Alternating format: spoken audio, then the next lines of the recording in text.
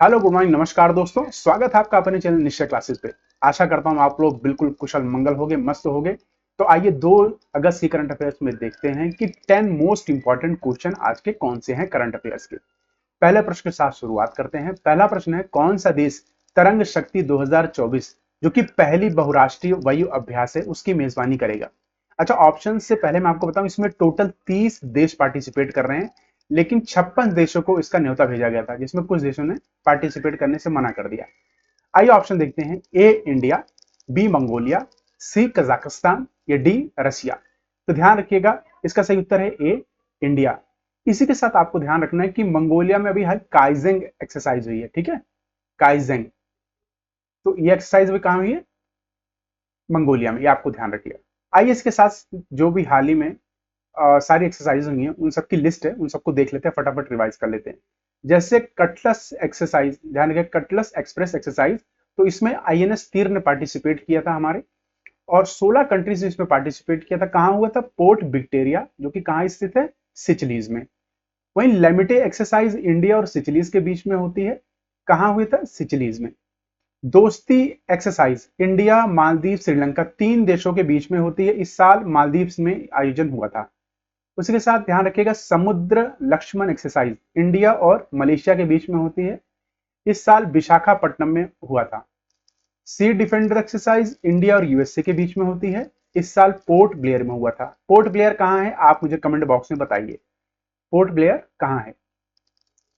अगला था tiger Trump exercise, जो कि यूएस और इंडिया के बीच में होती है। ईस्ट कोस्ट ऑफ इंडिया पे हुआ था, ठीक है। ये देखिए, ये ऐसे जब आप देखिए ना, ये आपका वेस्टर्न कोस्ट है, ये आपका ईस्टर्न कोस्ट है, ठीक है, ये आपको याद रखना है। वहीं गगन शक्ति एक्सरसाइज इंडियन एयरफोर्स द्वारा आयोजित की जाती है। धर्मा गार्जियन एक्सरसाइज भारत और जापान के बीच में हुआ था, राजस्थान में हुआ था। 10 तिलक एक्सरसाइज भारत और उज्बेकिस्तान के बीच में होती है प्रतिवर्ष, और इस बार उज्बेकिस्तान में हुई थी, ध्यान रखिएगा।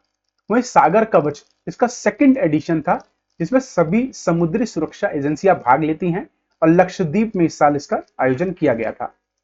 वहीं काइजंग सहयोग इंडिया और जापान में हुआ था, ध्यान रखिएगा, चेन्नई, तमिलनाडु, ठीक है। डेजर्ट साइक्लोन इंडिया और यूएई के बीच में होता है, राजस्थान में इस साल हुआ था।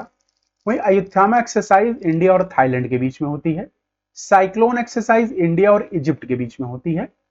खंजर एक्सरसाइज इंडिया और किर्गिस्तान के बीच में होती है। इस साल हिमाचल प्रदेश के बाखोल में हुआ था। स्टेड फास्ट डिफेंडर 2024 नाटो के देश इसमें पार्टिसिपेट करते हैं, ध्यान रखिएगा, ठीक है। वहीं Desert Knight exercise India, France, UAE, 3 देश पार्टिसिपेट करते हैं। इस साल अरेबियन सी में हुआ था। जब इंडिया का आप पूरा नक्शा देखेंगे ना, ये वाला, तो ये जो पार्ट है ना आपका, ये अरेबियन सी है, और आपका ये वाला पार्ट होता है बे ऑफ बंगाल। वहीं सदा तंसिक अभ्यास इंडिया और सऊदी अरेबिया के बीच में होता है। इस साल राजस्थान में हुआ था। मिलान एक्सरसाइज इंडिया के नवल फोर्सेस द्वारा इसे आयोजित किया जाता है। इस साल विशाखापट्टनम में हुआ था, तमिलनाडु जो कि स्थित है। गरुण एक्सरसाइज फ्रांस और इंडिया के बीच में होता है। ये ध्यान रखिएगा, कई बार पेपर में पूछा जा चुका है। अच्छा, वज्र प्रहार यूएसए और इंडिया के बीच में होता है। और युद्ध अभ्यास, हम दो जो एक्सरसाइजें हैं वो यूएसए के साथ करते हैं, वज्र और युद्ध, ठीक है। अच्छा, वहीं घरेलू एक्सरसाइज हमारे जो सैन्य अभ्यास हैं उनकी एक बार लिस्ट देखिए। जैसे कि गांडीव्य विजय, ये सेना द्वारा आयोजित किया जाता है, सेना की एक्सरसाइज है। वहीं पश्चिम लहर नौसेना के है। वायु शक्ति वायुसेना की है। अच्छा, नौसेना जो लोग ध्यान दें इंग्लिश में तो नेवी। विजय प्रहार सेना, आर्मी द्वारा, ठीक है, ये आपको ध्यान रखना है। अगला प्रश्न देखते हैं। अगला प्रश्न है, भारतीय सेना में चिकित्सा सेवा की पहली महिला महानिदेशक के रूप में किसे नियुक्त किया गया है?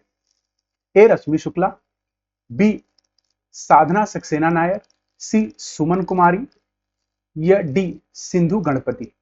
ध्यान रखिए, इसका सही उत्तर है बी, साधना सक्सेना नायर को अभी हाल ही में इस पद पर नियुक्त किया गया है।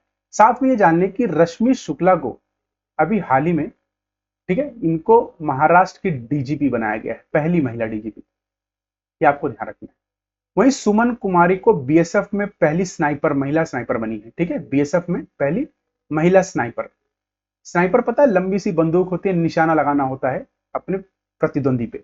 वहीं सिंधु गणपति पहली ट्रांसजेंडर टीटी बनी है, ध्यान रखिए। टिकट चेक करते हैं ना रेलवे में, तो टीटी बनी है पहली।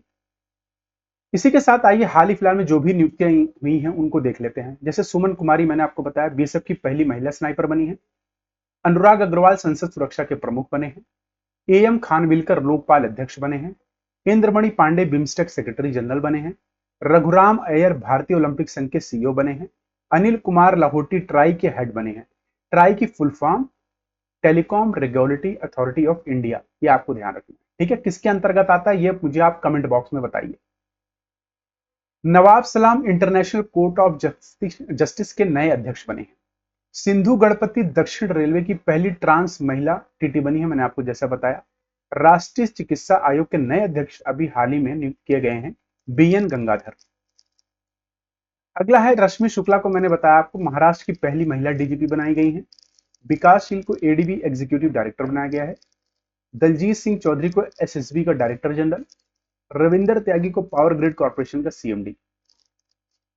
वहीं नादिया केल्विन को नया प्रेसिडेंट बनाया गया यूरोपियन इन्वेस्टमेंट बैंक। तो यूरोपियन इन्वेस्टमेंट बैंक का हेडक्वार्टर कहाँ है, प्लीज कमेंट। सेंथिल पांडेन को वर्ल्ड ट्रेड ऑर्गेनाइजेशन में राजदूत बनाया गया है। शशि सिंह अखिल भारतीय रबर उद्योग संघ के अध्यक्ष बनाए गए हैं। पी संतोष नेशनल एसेट रिकंस्ट्रक्शन कंपनी के एमडी बनाए गए हैं। इसके साथ ध्यान रखिए किशोर मकवाना को राष्ट्रीय अनुसूचित जाति आयोग का अध्यक्ष बनाया गया है। वहीं सरदार रमेश सिंह अरोड़ा को पाकिस्तान में पहले सिख मंत्री बनाया गया पंजाब प्रांत में। आपको पता होगा ना कि जब बंटवारा हुआ था, एक पंजाब प्रांत है और एक इनका पूरा पाकिस्तान वाला जो प्रांत है। वहीं देवेंद्र झझरिया को भारतीय पैरालंपिक्स समिति का अध्यक्ष बनाया गया है। मरियम नवाज पाकिस्तान में पहली महिला मुख्यमंत्री बनाई गई हैं पंजाब प्रांत में। एएस राजीव सतर्कता आयुक्त बने हैं। यह प्रश्न अभी पूछा गया था उत्तराखंड का जो पीसीएस हुआ था उसमें, यह ध्यान रखिएगा। वहीं राहुल सिंह सीबीएसई के अध्यक्ष बनाए गए हैं। नवनीत सहगल प्रसार है, ये प्रसार भारती बोर्ड के अध्यक्ष बनाए गए हैं। ज्ञानेश कुमार सुखबीर सिंह संधू चुनाव आयुक्त बनाए गए। अच्छा, चुनाव भारत के आर्टिकल 324 में ही आपको ध्यान रखना है। ठीक है, 3 चुनाव आयुक्त होते हैं जिसमें एक मुख्य होते हैं और 2 इनके पैरेलल होते हैं, ये ध्यान रखना है। संयुक्त राज्य अमेरिका में भारत के नए राजदूत किसको बनाया गया है, विनय क्वात्रा को। अच्छा, आपके लिए एक होमवर्क प्रश्न है, आप ये बताइए कभी हाल ही फिलहाल में एक नियुक्ति हुई है फॉरेन सेक्रेटरी की, बताइए किसको बनाया गया है फॉरेन सेक्रेटरी, कमेंट करिए। अगला प्रश्न देखते हैं कि हाल ही में किस देश को आपूर्ति श्रृंखला परिषद का उपाध्यक्ष चुना गया है, ए यूएसए, बी फ्रांस, सी भारत या डी जापान। इसका सही उत्तर है सी, भारत को अभी इसका उपाध्यक्ष चुना गया है और इसका अध्यक्ष किसका बनाया गया है, तो ध्यान रखिएगा यूएसए को। ठीक है, भारत को Indo Pacific economic framework for prosperities IPEF समझौते के तहत आपूर्ति श्रृंखला परिषद का उपाध्यक्ष चुना गया है जो आपूर्ति श्रृंखला पर केंद्रित है।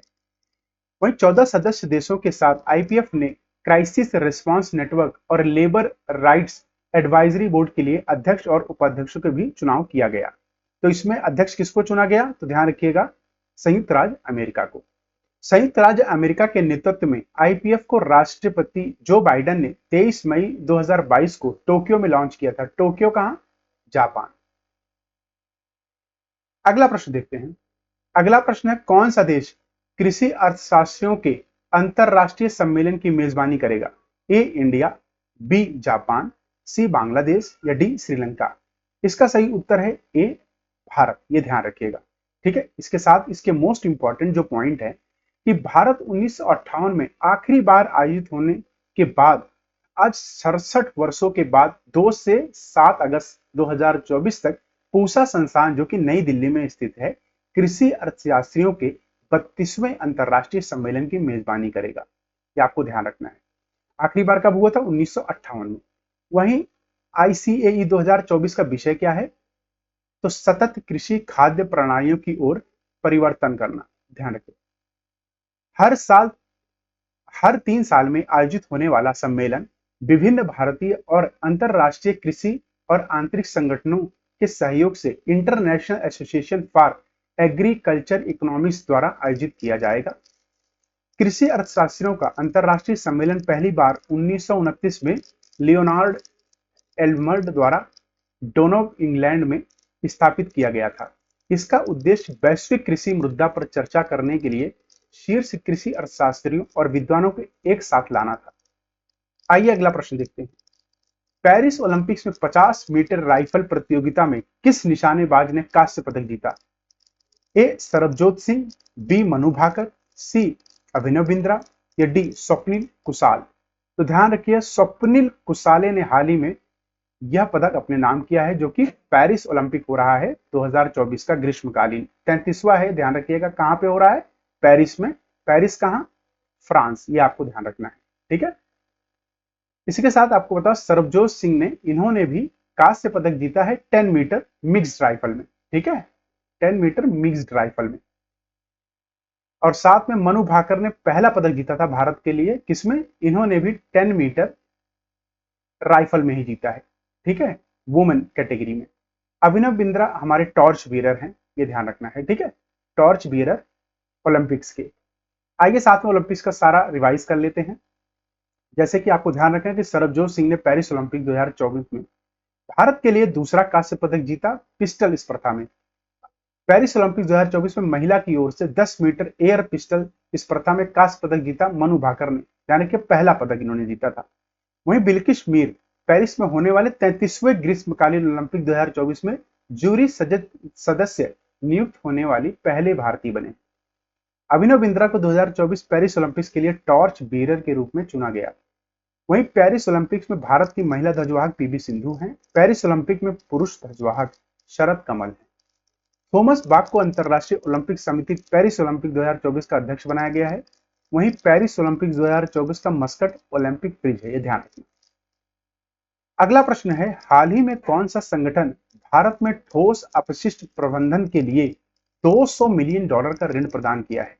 ए एनडीबी, बी एडीबी, सी आईएमएफ या डी वर्ल्ड बैंक। इसका सही उत्तर है एशियन डेवलपमेंट बैंक। किसने किया है? एशियन डेवलपमेंट बैंक ने, ये ध्यान रखिएगा, $200 मिलियन का भी ऋण दिया है। इसके साथ इसके इंपॉर्टेंट पॉइंट अगर बताएं तो एशियाई विकास बैंक ने स्वच्छ भारत मिशन 2.0 के तहत 100 भारतीय शहरों में ठोस अपशिष्ट प्रबंधन और स्वच्छता में सुधार के लिए 200 मिलियन का ऋण मंजूरी की। अगर प्रश्न आता है कितने शहरों के लिए, तो ध्यान रखिएगा 100 शहरों के लिए, ठीक है। वहीं एडीबी की स्थापना 1966 में हुई थी। मुख्यालय इसका मनीला में है, जहां कहां की राजधानी है? फिलीपींस की। सदस्य कितने हैं? 68 देश। अच्छा, इसका प्राथमिक मिशन क्या है? कि एशियाई प्रशांत क्षेत्रों के देशों के बीच आर्थिक विकास और सहयोग को बढ़ावा देना। ध्यान रखिएगा। अगला प्रश्न देखते हैं। अगला प्रश्न है, राष्ट्रीय आवास बैंक के एमडी के रूप में किसे नियुक्त किया गया है? A Sanjay Shukla, B Koteshwar Singh, C R Madhavan या डी विनय कुमार क्वात्रा। तो ध्यान रखिएगा, अभी संजय शुक्ला को इस पद पर नियुक्त किया गया है, ठीक है। अच्छा, कोटेश्वर सिंह और आर माधवन को ध्यान रखिएगा, अभी हाल ही में इनको चीफ जस्टिस, ठीक है, ऑफ इंडिया ने नियुक्त किया गया है जजेस के लिए, कहां के? सुप्रीम कोर्ट के, ये ध्यान रखिएगा, ठीक है। इसके साथ साथ विनय मोहन क्वात्रा, ये ध्यान रखिएगा, चीफ हमारे सेक्रेटरी बने हैं फॉरेन के, ठीक है। अच्छा, इनकी नियुक्ति कौन करता है? मैंने आपको बताया कि चीफ जस्टिस द्वारा इनको रेकमेंड किया गया है, कोलिजियम द्वारा इनकी नियुक्ति करता है प्रेसिडेंट, ये आपको ध्यान रखना है, ठीक है। उसके साथ आपको यह ध्यान रखें कि राष्ट्रीय आवास बैंक, जिसे एनएचबी कहते हैं शॉर्ट फॉर्म में, भारत के आवास वित्त कंपनियों के लिए समग्र विनियमन और लाइसेंसिंग के लिए शीर्ष नियामक निकाय है। यह वित्त मंत्रालय के अंतर्गत आता है। यह 9 जुलाई 1988 को राष्ट्रीय आवास बैंक अधिनियम 1978 के तहत स्थापित किया गया था, ठीक है। 2 पॉइंटों को आपको याद रखना। अगला प्रश्न देखते हैं। अगला प्रश्न है, किस राज्य ने गोयम विनिमय विज योजना शुरू की है? ए मध्य प्रदेश, बी केरला, सी तमिलनाडु या डी गोवा। इसका सही उत्तर है डी, गोवा ने हाल ही में यह प्रोग्राम अभी लॉन्च किया है। अच्छा, इसका उद्देश्य क्या है? तो ध्यान रखिए, पीएम, यहाँ के सीएम प्रमोद सावंत द्वारा लॉन्च किया गोवा का गोयम विनिमय विज योजना सालाना 400 या उससे कम इकाइयों की खपत करने वाले आवासीय उपसुर्गाओं के लिए सौर रूफटॉप इंस्टॉलेशन को बढ़ावा देना है। जो लोग 400 यूनिट कंज्यूम करते हैं ना इलेक्ट्रिसिटी या उससे कम, उनको ना रूफटॉप ये सोलर पैनल दिए जाएंगे, ये ध्यान रखना है। इसका उद्देश्य है सौर रूफटॉप क्षमता बढ़ाना और आवासीय घरों को अपनी बिजली का उत्पादन करने के लिए सशक्त बनाना। बजट केंद्रीय योजना के तहत सूर्य घर मुफ्त बिजली योजना का परिपक्व है ये 75,021 करोड़ रुपए है। इसे वित्त वर्ष 2026-27 तक लागू किया जाएगा। यहाँ के राज्यपाल कौन है? PS श्रीधर पिल्लई। अच्छा, यहाँ की कैपिटल क्या है? अगर मैं पूछूं कैपिटल क्या है गोवा की? पणजी। ये आपको ध्यान रखना, ठीक है। आप इस मैप पे देखिए गोवा का एक बारी लोकेशन, ये आपका गोवा, मुंबई देखिए, ये है आपका महाराष्ट्र, ये आपका कर्नाटका, ये आपका गोवा है, ठीक है। ये इसकी कैपिटल पणजी, आपको ध्यान रखना, ठीक है। आइए अगला प्रश्न देखते हैं। अगला प्रश्न है, किस देश ने ऐतिहासिक 46वीं विश्व धरोहर समिति की बैठक की मेजबानी की? ए श्रीलंका, बी भारत, सी बांग्लादेश या डी अफगानिस्तान। इसका सही उत्तर है बी, भारत ने हाल ही में इसकी मेजबानी की है। साथ में आपको इंपॉर्टेंट पॉइंट्स ये याद रखने हैं तीनों, कि यूनेस्को के डीजी कौन है? Director general Audrey Azoulay. UNESCO की स्थापना हुई थी 1945 में। देखिए ये डेट इंपॉर्टेंट नहीं है, ईयर इंपॉर्टेंट है। यूनेस्को का मुख्यालय है पेरिस, जो कि फ्रांस में है।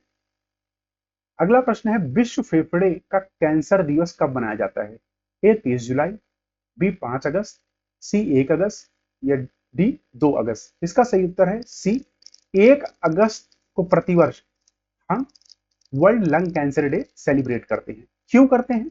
तो इसका ध्यान रखिएगा कि इसका उद्देश्य यही है, लोगों को जागरूक करना कि लंग कैंसर के बारे में, ठीक है, ताकि उसकी रोकथाम करी जा सके।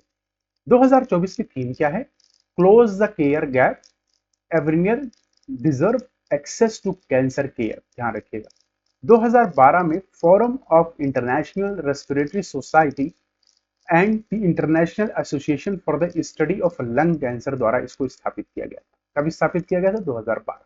ये आपको ध्यान रखना। इसी के साथ यह संस्करण पूरा हुआ।